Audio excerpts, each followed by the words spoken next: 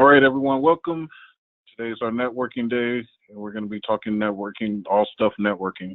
So, current exams are 007. This exam is pretty troubleshooting heavy. That's probably the biggest thing that gets most people that struggle with this exam is probably the troubleshooting. Because of the way that they word the questions, sometimes it can be confusing as to what they're getting at. So anyway, pretty well-rounded exam. You know, you don't see anything that's overwhelmingly, that gets covered overwhelmingly more than anything else. So you definitely want to make sure you're well-rounded, cover all areas, particularly the troubleshooting. Okay. So today I don't really have any questions. Sometimes I'll draft up some questions, some practice questions that we go through as a group or whatever. Didn't do that today. I want to kind of get an idea of what areas you guys are looking to go over, looking to cover, what areas you have questions about, and then we'll just kind of go from there, see what happens. And I'll use some of the tools that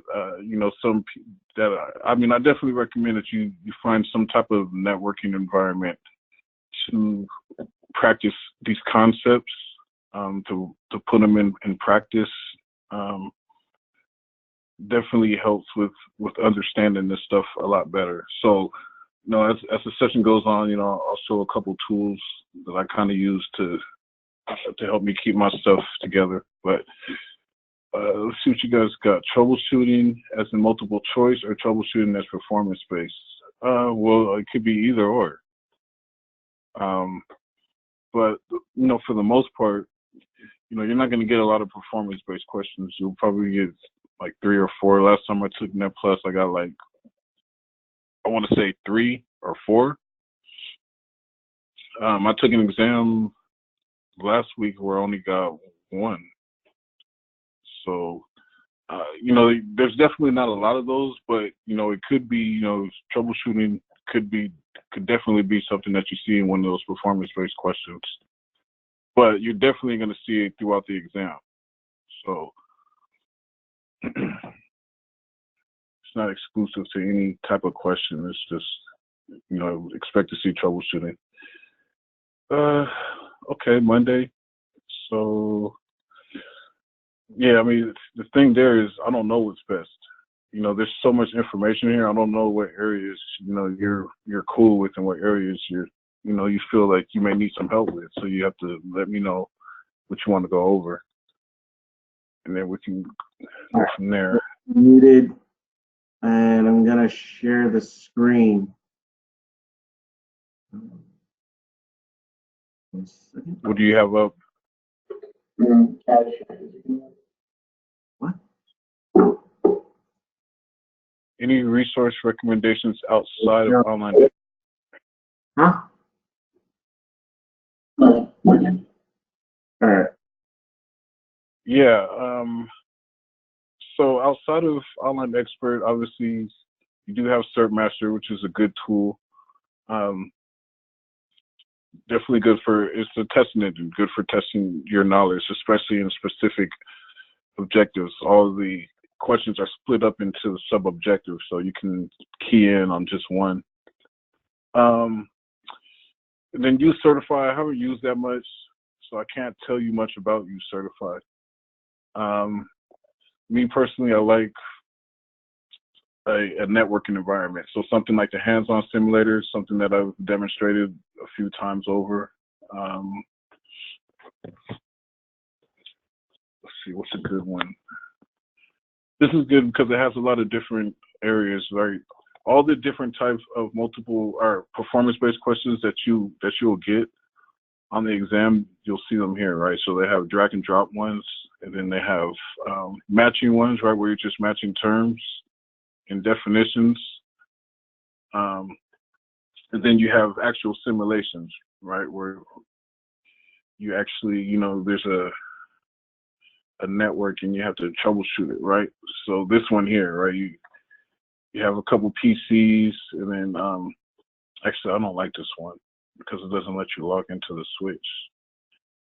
It just gives you the access point. So this is something that should be familiar to most of us. If you ever logged into your router, what you do just by typing the gateway address, right? Then you'll get something like this where you can go in and you can make changes, right? You can do MAC filtering, right? You can do port triggering. There's all type of stuff that you can do once you get in here, right? But then, so this is one that you'll commonly see, like on a home access point. But the one that I'm looking for is more, here's this one, VLAN client connections. Yeah, more along these lines, right? So here you have like two switches, right? You see these blue lines. You have these blue lines here, and you have these green ones here. Well, these are representing different VLANs, right? So even though you have these 4 PCs connected to this one switch here, these are in different VLANs, right? Let's say this is VLAN 1, the blue is VLAN 1, and then the green is VLAN 2, right? So these are actually segmented logically instead of physically, which nowadays you'll see a lot more of, right? But the thing that I like about this is, you see, when I click on each of these PCs, right, I get the command line for each one. So if I type in, say, IP config here, hopefully this works. Maybe it will. Maybe we'll see. Just gonna type all. See what it says. Where I get a little information, right, and then I have another PC here, and I can click on these switches, and I can actually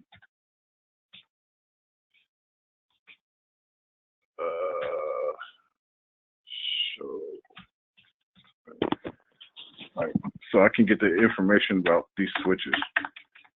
So this is a really good tool. I like this tool because it gives you an actual networking environment where you can come in here and you can actually play around with these devices, which is I recommend to everyone. Okay. Now this is going to be limited, so there's certain limits to what you'll be allowed to do inside these switches. So, but this is also more of an instructional tool as well. So there are people that are not comfortable, or you're new to like switch configurations, like basic switch configurations. Well, they have activities that they walk you through, and it'll kind of walk you through and get you a little used to logging in and configuring a switch. So this is one I would recommend. This is probably perfect for Net Plus, because most of the concepts are Net Plus specific, but there are stuff in here. I was using this tool actually in the Security Plus session yesterday. We did an activity here that was relevant to Security Plus. So that's a good thing about this tool. It's kind of universal, even though it's a networking simulator. It does have concepts that are relevant to A Plus, Security Plus, and some other stuff as well. Even Cisco. There's some advanced networking stuff in here that you probably wouldn't see until you got to CSync. So anyway, and then let's see what else. There's a ton of good resources outside of Online Expert. You have Professional Mesher. His training is free. The course notes are awesome. There is Exam Compass, which is it's a free resource. It's just a testing practice test website. So this is a good place to just test your knowledge once you feel that you're ready to go in and take the exam. You're kind of overstudying, and you want to go to the next step. Let me bring that up real quick. Examcompass.com.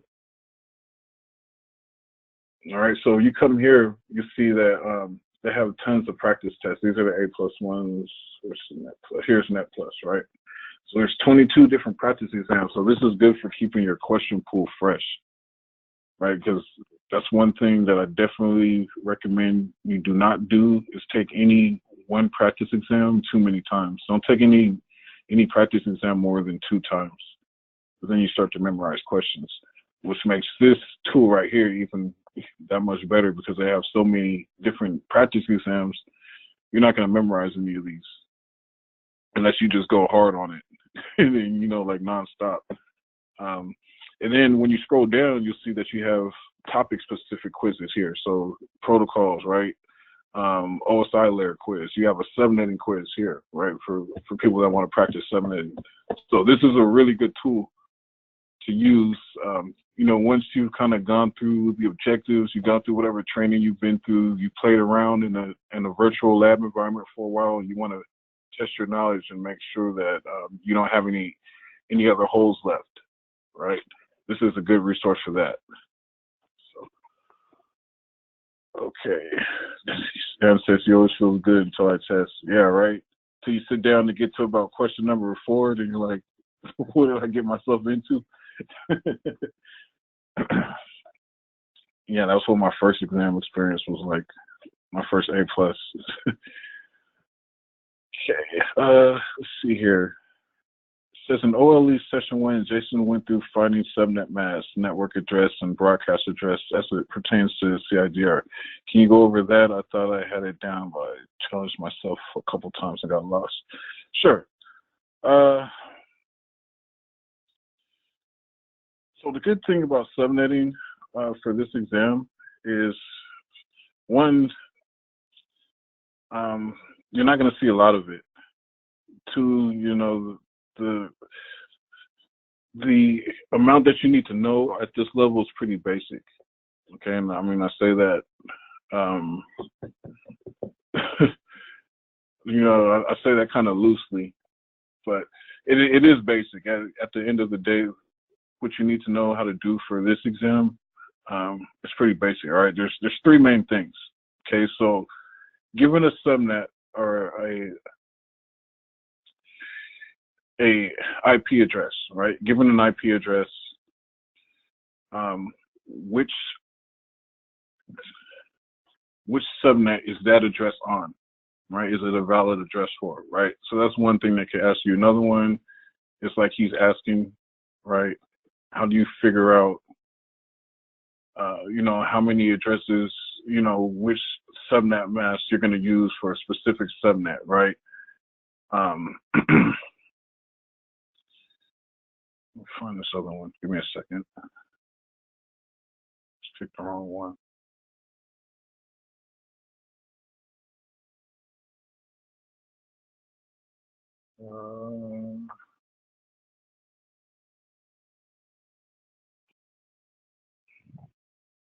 I like using this document because I've already kind of stretched it out how it's supposed to be.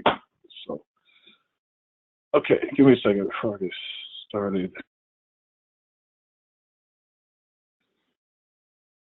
Okay, so before I get started, give me an idea of what you do get about subnetting. I get how to find the subnet mask. It's more figuring out what the network address is and then the broadcast address. When it's the 4th octet, I'm all right. But when I get into the 2nd and 3rd octet, that's when finding the network address throws me off.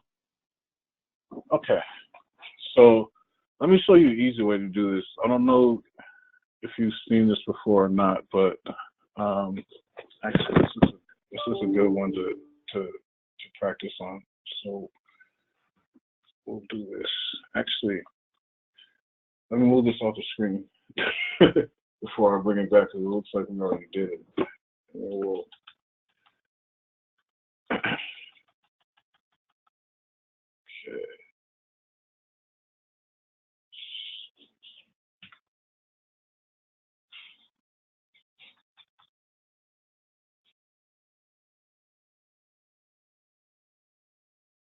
Okay, so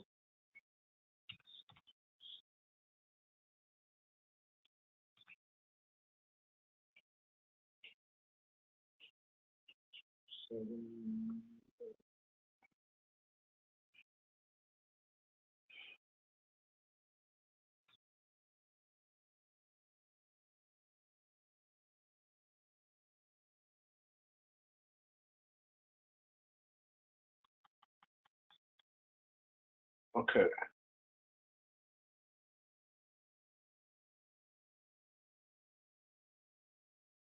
All right. So let's start here.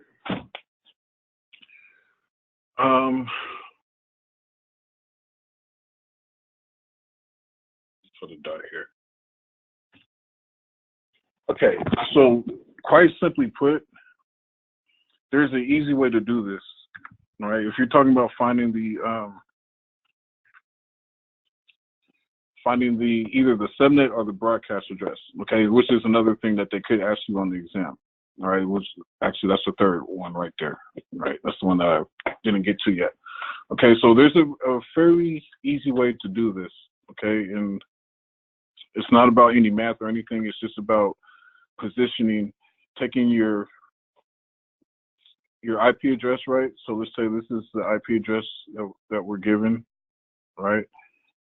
And they give us this address and they say, okay, either what is the subnet or what is the subnet mask, right? Or I mean, what's the broadcast address of the subnet that this address is on, right? So here's your address, here's your subnet mask here, right? Is there anyone that doesn't know what this means? I don't want to go too fast. Just because one person understands it doesn't mean that everyone does. So I want to make sure that. Okay. So this /27 right here, right? This is telling you what your subnet mask should look like. So here's your address, right? And this is binaried out. All right. Hopefully everyone knows how to do this. If you don't know how to do this, you need to go back a step. You need to figure this out before you start trying to subnet. Okay. So you have this binaried out. Okay. This 27 is your subnet mask. And what this is telling you is that the first 27 bits in your subnet mask are being masked. All right. It means that they're all ones. Let me come over here real quick, just to go over that. Actually, yeah, it's up here at the top. Okay. There are two parts to every IPv4 address, right? Everyone agree on that? There are two parts that make it, right? You have your subnet ID portion, right? This is your constant, all right? This part doesn't change. It's highlighted in yellow, right? I highlighted it down here. So this is the part of the address that will never change on this subnet mask. On this subnet, I'm sorry. Okay. Then you have your host portion. Okay. Your host portion, that's your variable. This is the part that can change, right? This is your different addresses on the subnet. Okay. So let me come back. So basically what I was trying to say is this 24 right here represents the amount of bits in this part of the address. Okay, that's what this is. So if you count these ones, it'll be 24, right? There's 8 bits in each octet, right? So 8 times 3 is 24, correct? Everyone still with me? I didn't lose anyone, right? Okay, so if I were to change this to 25, what would this look like down here? That would stay the same, but you would add a 1 on that first, yeah, right there. Right here? There you go. Yes. Like that yellow. There you go. Right? So that's it. That's what this is. This is telling you how many ones are going to be in your subnet mask. By the way, more specifically, how many consecutive ones, okay? In the subnet mask, the ones will always be consecutive. You will never see a 0 in the middle of a 1 in a subnet mask, okay? It's always going to be consecutive, which makes things a little easier. It makes things a lot easier, actually, when it comes to binarying these out, right? So that's what this is, okay? That's what that represents. So let's come back real quick. Come back over here. Or actually, we were still on that, Doc. We were on the same one, huh? I don't need that one yet. Okay, so we were right here. Okay, so 192.168.1. All right, /27, that means that 24, 25, 26, 27. Is everyone still with me? Okay. Yes. So Actually, let me finish this out. I'm sorry.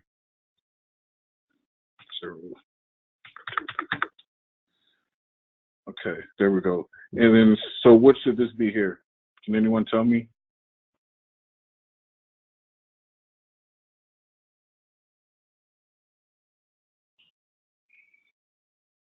This number right here, this should be 128 plus 64 is 192, right? Plus 32 should be 224. Am I correct? I think I'm right. Okay. All right. So here we go. When you want to find out what the subnet, what either the subnet ID or the broadcast address is, very simple. This is what you do. So you put obviously, you put the address on top. You put the subnet mask right below. You make sure that the bits are lined up, okay? Because this is about how the bits line up. And it's real simple. This process is called Bitwise and all you do is wherever you see 2 ones, you bring a 1 down. If you don't see 2 ones, it's a 0, all the way until the masking stops, okay? All the way till you get to the last bit that's being masked. If you see 2 ones, you bring it down. If you see a 0 anywhere, it's a 0. So first one's going to look like 1 1 0 0 0 0 0 0. All right. Next one. Let's go back. It's going to look like 1 0 1 0 1 0 0 0. Did I lose anyone? Is everyone still with me? Still good. Okay. What's this one going to look like? A 1 in the ones bit. Right. All zeros till you get to 1, right? Or you get to the last one. So, right. And then I have this loner over here. And this should be 0 0 0, correct? Right. Okay. Now, real important. This is where we stop. Okay. This 27 bit. That's where we stop doing that. Okay. Once that happens, and then this is what you're left with. Now, at this point, what you should notice is that these are identical, and they should be, right? If we're looking for the subnet mask, if we're looking for the subnet ID and the broadcast address, then these should all be the same, correct? And they are.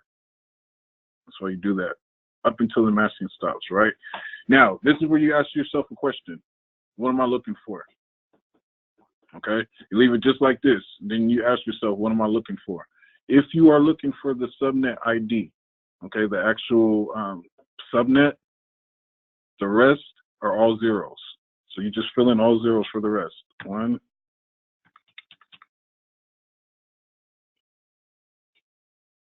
All right, that's going to be your subnet ID. All right. On the flip side, so let's go ahead and put that down here. So the subnet is going to be 1.0. On the flip side, somebody take a guess. If I fill in all zeros to find the subnet ID, what do you think I would fill in if I wanted to find out what the broadcast address was? All ones from that point on. There you go. Rockstar. All right. There you go. So now, just add That's the broadcast ID. Yeah, this is going to be your broadcast address. Okay. Your broadcast. So once the masking stops, right, on this 27-bit, this is where you ask yourself, okay, what am I looking for? If you're looking for the subnet, then it's all zeros. 1, 2, 3, right? If you're looking for the broadcast address, it's the opposite. It's all ones. All right. So in this instance, we have, what is this? 1 plus 2 is 3, right? plus 4 is 7, plus 8, 15, right? Plus 32, 64. Wait, 1, 2, 4, 8, 16.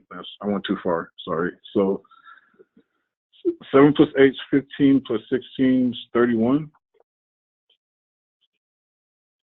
Is that right? Or 2 plus 3 is 7, plus 8 is 15, plus 16 is 31. Yeah. Yeah, 31. And that should be 32 addresses, right? Yeah. So 0 through 31. And so that means the slash 27, if I look at my chart, that means that it should give me 32 addresses. So let's go look at the chart real quick. Up here, yep, slash 27, 32 addresses. Okay. Did everyone get that? Got that. Okay, is there anything that anyone wants me to? The network address. The network address, yeah. The network address is all zeros. So all zeros would be 1.0, your subnet / network address. Just for confusion, on the broadcast address, there's a lot of dots, like 192.1.68. Should it be 192.168.1.31? Say that again? On the broadcast address, you have 192.1.68.31. I think it should be. Oh, yeah, you're right. It should look like this, 168.1.131. There we go. Thanks. I didn't even notice that. Okay. Other than that, like the process makes sense to you guys, right? It's pretty straightforward. So really all you have to do is you have to know how to binary these out. You have to make sure that you do it correctly. But if you can do that, just put them over each other, right? So put your address at the top, put the subnet mask underneath, and then yeah, you just do that process, right? You just bitwise and all the way until the masking stops, and then ask yourself, what are you looking for? Are you looking for the subnet? Are you looking for the broadcast address? All right. Now, here's the other thing that they could ask you. All right. They could ask you, what's the first available address? Actually, let's finish this out. So our scope is going to be 192.168.1.0 through 192.168.1.31. Correct? That's our scope. All right, this is going to be, so whatever, let's say this is our IT department or whatever, okay? So they have 32 addresses in their subnet. They have 30 available, okay? That's something that we didn't talk about yet. We didn't talk about the excluded addresses. But, okay, so if this is where our subnet ends, where does the next subnet begin? Let's say that we need to branch out a subnet for the marketing department. Where's our next subnet going to start?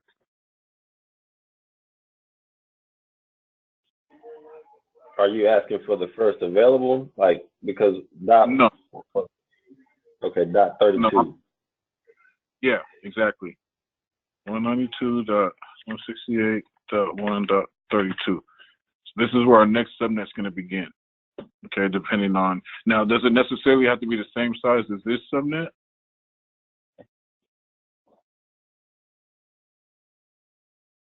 Not sure. No, right? No, it doesn't. It depends on our needs. What does the marketing department need? Right? The IT department needed 32, and that's why we picked this. We needed at least 30 addresses, right? That's why we picked this subnet. Okay. But the marketing department, they could need 60, right? And in that instance, this subnet wouldn't work. We'd have to use a /26 for that one, right? And so that's what you would do. It would start here, and then you would just decide how many addresses do you need for the next department, and then you go to the next one. Okay. All right. So let's take a step back real quick. Now that we've finished this, a question that they could ask you. All right. What is the first available address in this subnet? If they ask you that, who has an idea what it is? .1. Yeah, right? Because these two addresses are actually the excluded addresses. You can't use the first address and you can't use the last one, right? The ones that you can find here through this process are actually the ones that are excluded. So everything in between are the ones that are available for host, right? So the IT department will be using 1.1 through 1.30. Okay, 31 and 0 are off limits. Okay. Now, another thing that they can ask you, what's the last available address in this subnet? In that instance, it would be what?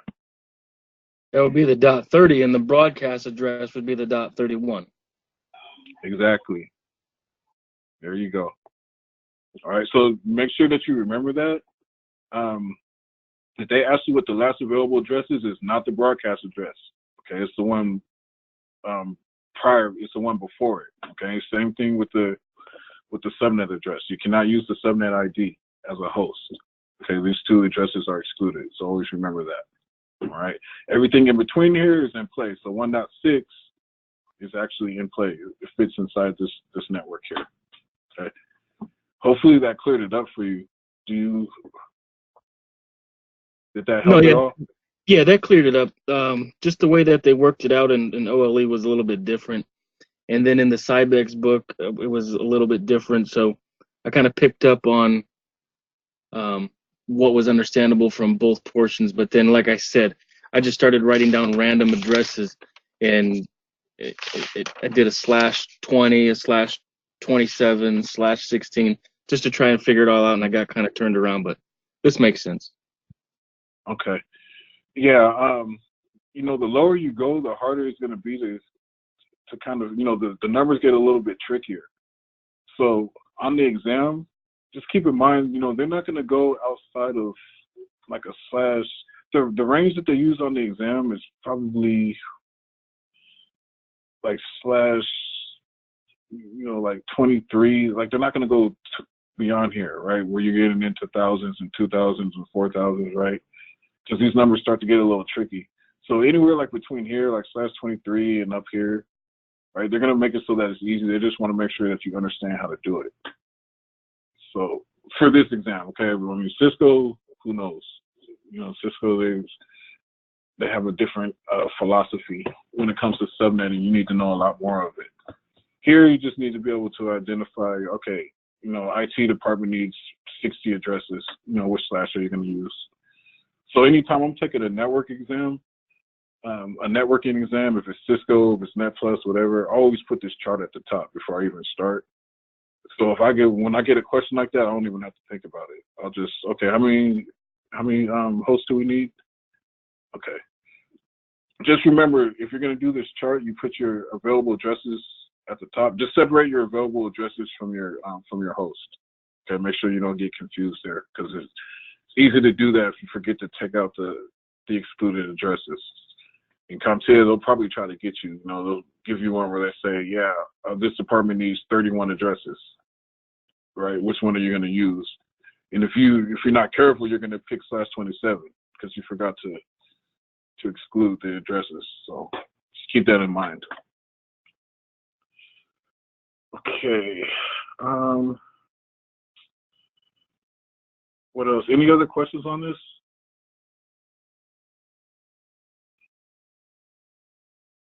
Okay.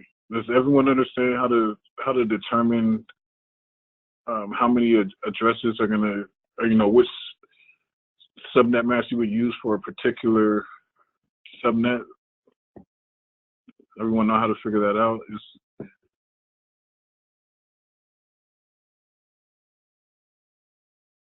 Each bit is doubling. Yeah, pretty much. The thing you have to remember is when you get outside of the fourth octet, not to start over, because some people, they do that. They think that they have to start over after they get past this octet, but you don't. You keep doubling, right? Once you get to 128 here, and then when you get to /24, you're doubling that. 256, and then doubling. It just doubles all the way up. So, that's pretty easy to figure out. It's a lot easier if you just use this chart. Like put the chart at the top, and you don't even have to think about it. You know, you just that's what I do anyway. Even though I mean I'm pretty decent at subnetting now, but I still put the chart up. You know, why sit there and do the math if you don't have to? So, okay, classless Hey, messaging. Tristan. Yeah, go ahead. I just want to let you know, I took this is Jeff Messenger. I took my Network Plus couple Fridays ago, and I passed. But while you have this on your screen, one of the things that you said, I don't know if you just said that or not. I'm sorry if I missed it. But you had suggested that as soon as you go in on the test, you write down that part, what you have on the screen there, as much as you can. That way, when you come across a questions, you've got it already written down. I did that, and that actually helped me quite a bit on quite a few of the questions. Oh, great! I'm glad that you thought to do that. Did you just think to do it, or did Well, you no, attend one of my other? I attended one of the other meetings, and you said that you've done that in the past. So I took that as the idea, and it worked. It helped out for me. Oh, awesome! I'm glad that it helped, and So, congrats on. yeah. Oh, well, thank you very much. But also, thank you for that little tip. I hadn't thought about that before. Oh, no problem. No problem at all. You know, I kind of, I just learned stuff I started doing this after my first Net Plus exam. So when I took the 006, I hadn't thought to do it yet, but when I took the 005, I'm sorry, I hadn't thought to do it that time. But when I took the 006, I did. I was like, you know what, this time let me do it this way. So I kind of learned from like past experience, but I'm glad it helped. Okay. All right, so I think we're good here on this. Once you get this down, this document is actually available in the forum under the networking section. So if you look hard enough, you'll find this. And it has a couple of activities right here. Just, you know, try it out, see if you can make it work. And then another thing that you can do is once you feel like you have this down, that's when you go back to Exam Compass and start testing your knowledge there. It's a good place because it asks exactly the questions that they'll be asking on the exam on the subnetting quiz. So see, like this one, what's the last usable host? So that's what they'll say. They'll say either first usable or last usable, and then they'll give you the IP address and the subnet mask right here. So if you use that process that we just did, you'll have no problem doing this. Okay, it's just about making sure that you binary right. So if you have everything lined up the way it's supposed to be, then you'll be good. All right. Let's see, what's another one? How many usable? See, here's another one that we're just talking about. So, right. So just saying, all right, for /26, how many addresses are gonna be available to you, right? So these are the type of questions that you need to make sure that you can answer on Net Plus. But outside of that, you know, they're not gonna have you doing any physical subnetting or anything like that.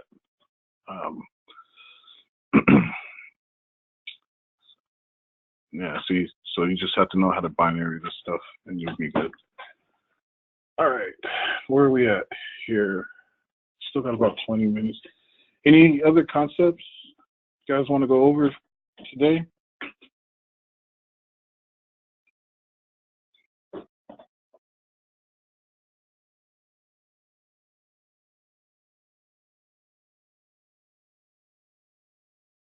No.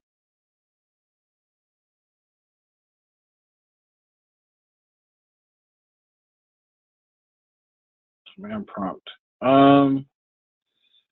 You know, there's not much on command prompt on Net Plus. What you need to understand is just, you know, which command prompt utilities are you going to use in certain situations. So if you need to find out a subnet mask, you know, which utility, or, you know, a default gateway or something like that, which utility would you use? If you want to see if a device is available on the net somewhere, which utility would you use? If you need to know the path that your packet takes to get to a destination, which command are you going to use? If you want to know, what users you have, right? So like the common ones, right? So your ping, your trace route, your ARP, right? Your ARP command, your netstat, IP config, right? Those are the ones that you really need to know about. And you just need to know what you're going to use them for. That's it. OLE Net Plus session 1, space 2 through 5 are a lot easier to take in. Possibly. Is it? Why is that? Is there like more information during the first session, or what is it? It's just a ton more information. It's got all the topologies, the OSI model, protocols and ports. What part of the OSI model is this and that? And then it seems like 2, 3, 4, and 5 are just, you can breeze right through them. It's easy to follow, but session 1 jumps around a lot, and it doesn't really jump around. It's just a lot more information. Yeah, I could see that. Because the first part is you're kind of getting an introduction to a lot of stuff. Some of it's review, some of it you saw already in A plus if you took A plus, but yeah, because you're getting an introduction to a lot of stuff. So I can see that. I think subnetting's in 1 too, right? In the first domain. Yeah, it goes from ports and protocols to the OSI model, then like right into subnetting. Right. Then you have OSI model here, and then you have you have VLANs and trunking and port mirroring, and you have these routing protocols over here. Yeah, there's a ton of stuff here. So yeah, I could definitely see that. And then right after all this stuff, collision domains and broadcast domains and ACLs and all this stuff, then you get subnetting down here. Yeah. So I could see how the first one could be kind of, it's like taking off on the plane, right? The takeoff is the most dramatic part. Yeah, and then you have logical versus physical here. Yeah, I could see why one would kind of take you on a ride. But the main thing is like this stuff. If you do your homework, you'll be fine here. The part where you have to be careful is the troubleshooting, because with the troubleshooting, what they do a lot of times is, they'll give you a scenario, then they'll give you a bunch of solutions, and probably 3 out of 4 of them could actually work. So it just kind of it boils down to the actual scenario, what it is that they're pointing at. There's always a keyword that gives it away, but sometimes it's hard to spot it. But the troubleshooting, okay, this is the area where you want to make sure you put some time in. Okay, don't only learn the steps, make sure that you can put these steps in order. Practice identifying where you are in the process. Okay, that's probably the first thing that you should try to do. Once you get your scenario, try to figure out, okay, am I at the beginning? Am I still trying to figure out what the problem is? Or do I have an idea what the problem is, and now I'm ready to test that? Or have I already tested it and it's been proven right, or it's been proven wrong, right? Where do you go from where you are? Okay, that's what you need to get when it comes to troubleshooting. Okay, it's not just about trying to figure out, saying, I have a PC somewhere that I want to figure out the path to. Which utility am I going to use? Yeah, it's good to know that, but a lot of the times they're going to be presenting like real life scenarios, and we have to figure out, okay, what's the best, which one of these tools is the best one for me to use, or which one would be more effective than the others, right? Even though I can use both of these, which one is the best one to use, right? What's the most likely cost?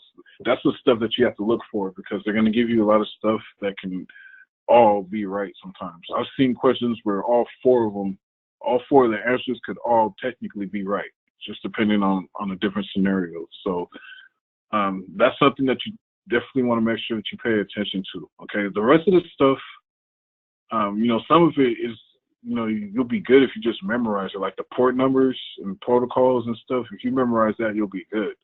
Wireless standards, speeds, things like that. That stuff it's okay to memorize that stuff. It's the troubleshooting stuff that you need to make sure that you get some practice, identifying where you are in the process, and then also, applying the information the right way. That's really what it's about. That's why this exam is so tricky. A lot of people get caught off guard by the troubleshooting. Okay. So I did say I was going to show you guys a couple tools. I showed you one already, but I don't really want to do the packet tracer one because it's more advanced stuff. It's more advanced networking, but it's a good tool if you kind of already have an idea of, some of the basics of networking, because it gives you access to a lot of the tools. So if you look on this list here, right, there's a list at the bottom of these objectives, and it has a bunch of stuff that it recommends that you play with, right? So you have all this equipment over here, right? You have switch, router, firewall, right? Access points, tablets. It has all this stuff. Configuration terminal with telnet and secure shell, right? Which I think it's important to understand like what these are and to watch it in action. So a lot of this stuff here you can actually get access to through Packet Tracer, which is why I always bring it up. It's a good tool for it's a good networking environment, and it's a good tool for practicing this stuff and actually seeing the packets in transit, right? As they're going through the network, you can actually see that. So this is a really good tool for that. You just have to, you have to have at least beginner knowledge on how to connect and configure this stuff and get it all communicating with each other and stuff, right? So the better tool would be the NetPlus hands-on simulator that I was showing earlier, but the problem is this one just isn't free. It's going to cost you about $40, but there's a lot of good,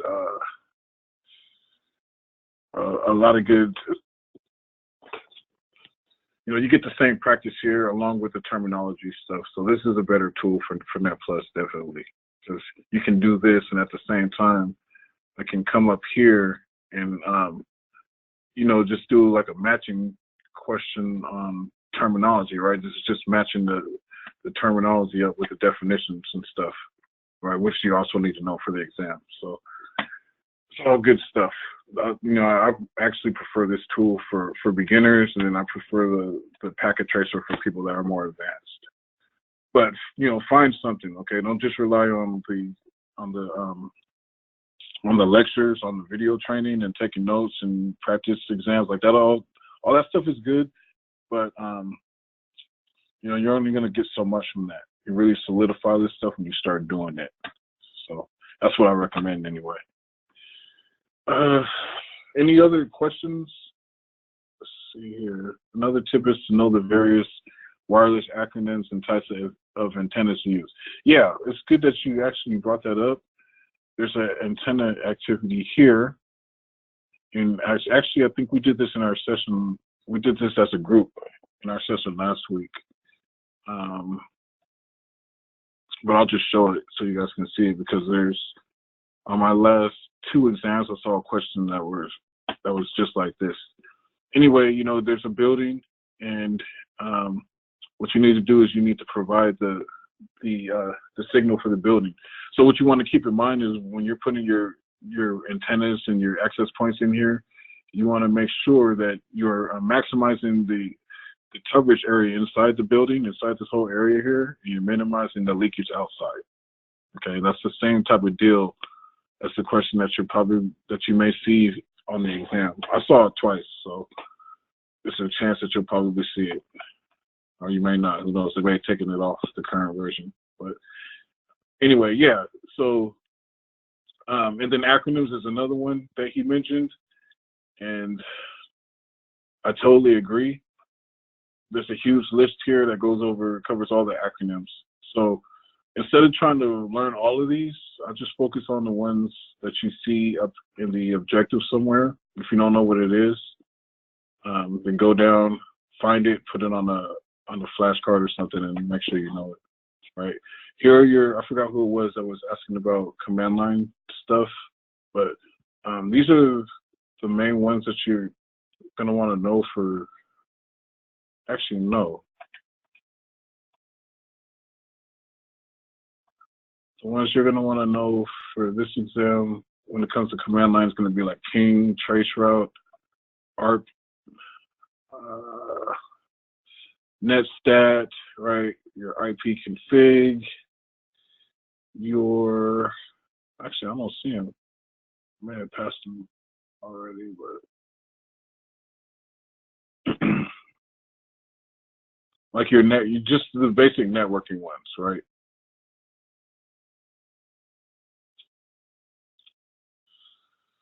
Networking operations. It should be in troubleshooting, actually, right? Troubleshooting should be down here somewhere. Nope. So yeah, I guess these are the only ones then that you should worry about. Oh yeah, they're right here. I'm sorry. I was looking for ping and traceroute, and they're right here in my face. Yeah, these are the ones that you're gonna want to make sure that you know. And these are easy. I mean, you just go into your command line, right? I mean, you can practice this stuff like easily right here, right? You can just ping Google, you know, like use Google as a guinea pig, and you know, see what ARP does and things like that. What I recommend that you do with each of these command line tools, if you're trying to learn them, is you know, get a feel for all the different type of commands that you're going to see. So I'll use IP config as an example. All right. If I type IP config and I type all, well, that command is going to give me a list of all the information. Actually, that's not the one that I wanted to do. I'm sorry. I want to do this one, question mark. Right? So if I do a question mark, then it's going to give me an idea of all the different commands that I can use right here, right? So I can use IP config all, right? It gives you all the different switches. So I can use all, right? Which just gave me a display of all the information, right? I can do a release, right? I can do a release 6, right? Which is going to release the IPv6 address, right? I can do a renew, the flush DNS, right? And there's a different, in each scenario, right, you're going to use one of these switches in a different scenario. So with these, what I would recommend doing, I'm not saying that you need to memorize all these switches. Just look for the most, you know, the ones that look the most important, okay, like release or flush DNS, right? Why would you do this? I got a question on, I believe it was the 1001 about a month ago that had to do with this. That had to do with IP config in one of these switches. So I'm just saying that they can be in play. Okay, I've seen them on quite a few exams. They can throw in a switch and you know, and ask you to either know what it's supposed to do, or they can give you a scenario and say which switch would you use. Okay, so you know what I would do is just with each of these, when you get time, you know, start with one and then just go through all of them and, you know, just get a look at the switches, right? I mean, I'm not saying sit there and study all of these because, I mean, there's a chance that you may not see anything on this, but the more you understand, the better, especially for this exam. All right, but this is a place where you can play around with all this stuff. None of these are really going to hurt you. If config, I think just a Linux one. But like none of these, I mean, this isn't like format or disk part or anything like that, right? So I mean, you know, you're not going to do any damage to the disk with like looking, you know, you're not going to do any damage by pinging or running traceroute. So these tools are cool to practice. Okay, see what else we got here. Any other questions? Looks like we're just about at the end of the session. Hey, Tristan, I have one more tip, if you don't mind. Sure. One of the other things that I actually had about like 2 or 3 different questions on the exam was being able to giving you like a blank network and you have to fill in, like move the different devices, whether it's a switch, VPNs, know how you would place those, what order you would place those on on various segments. Nice. Nice. Good advice. And again, you know, that's where having a virtual environment for you to practice in kind of comes into play, because I mean you can get some real experience. See, the main difference between the hands-on simulator and this tool here is the hands-on simulator, the networks are basically preset for you. Here, this is all you. You can connect whatever you want. You have access to all kinds of devices here, right? You have these just regular devices, right, like laptops and printers and IP phones and things like that. And then you have like home devices, right? I could set up speakers and lights and doors. Like there's all kind of stuff that you have access to here for free, and you can put into play in your network. So if you can get your hands on a tool like this, I highly recommend it. If you can't afford the hands-on simulator, then this will be your next best step. You're just going to have to do a lot of research on how to configure this stuff if you don't know how to do it, because there's no activities here that walk you through it. All right, but okay, good advice. Appreciate your input there, and again, congrats on passing your exam. Let me get these names down. Yeah, thank you very much. But yeah, it's even I've got over 12 years networking experience, but even still, that Net Plus exam was a beast. But one of the things that I did, I was cramming, studying, but right before I got out of my vehicle to go up there, I actually got on my phone and played just one round of a game, just to do one last relaxation, take my mind off it, and that helped calm my nerves down a little bit. Oh, nice. That's something I haven't tried yet. Normally, yeah. I'll show up about, I don't know, about 20 to 15 minutes early, and I'll just kind of sit in my car. I'll look over all the notes. I'll go over the objectives, the course notes, and look for any weaknesses that I may still have. And I'll think about what do I want to put on that sheet that they're going to give me, right? Maybe it's ports and protocols. Maybe I'm kind of hung up on a couple. Maybe it's the subnetting chart, right, that I put at the top. Whatever it is, think about what it is that you want to put, any quick reference things that you want to put on that sheet. Think about what you want to do, decide that there. And then you kind of just, you just take a shot. You may pass, you may fail. Just take your best shot. Do your best. Try not to worry about failing. I know it's easy for me to say that, right? But you just take it one question at a time. That's all I do. Sooner or later, there's no more questions. Nope. Hello? Yeah, go ahead. Sorry about that. Just going back on the thing about showing up early and playing a game, just get your mind off the test. I kind of did the same thing. Like when I was actually in the exam room and I had to, read that what do you call it? I guess the fine print of the notice. They give you like 30 minutes to do that. I just kind of just sat there and just doodled on the dry erase board just to get my mind off things, and it does help. Nice. So yeah, that's my input. Okay. Thanks. Well, looks like we're at the end here. We went a couple minutes over, but no worries. Great session, guys. I hope everyone got a little something out of it. And if you have any other questions, you can either email me, troberts@learnkey.com, or my extension is 139. So, yeah, just let me know. But great session. Appreciate everyone for showing up, and I appreciate the input as well. Thanks, guys. See you next.